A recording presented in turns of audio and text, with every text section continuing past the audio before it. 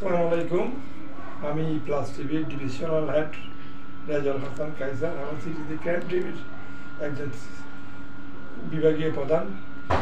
এখন মোটামুটি আমরা আমার এই চ্যানেলের মাঝখানে যে সমস্যা ছিল, সমস্যার কারণে আমি নিয়মিত নিউজগুলা প্রচার হয় নাই।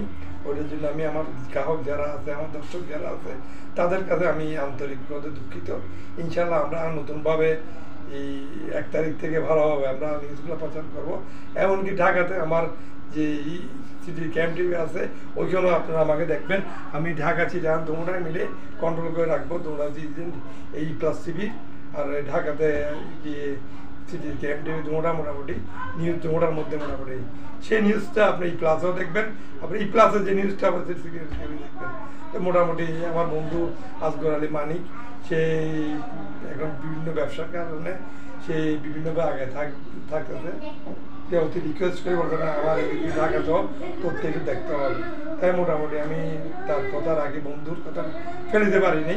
তাই আমি মোটামুটি ওইটাও কভার করে দুটাই মোটামুটি আমি ইয়া করবো। ইনশাল্লাহ 1 তারিখ থেকে মোটামুটি আমি দুটাই কভার করবো। এটাই তো দর্শক, আপনারা আমার সাথে থাকবেন, আমার চ্যানেলের সাথে থাকবেন, এই যেন ফলো দিয়ে রাখবেন সবাই।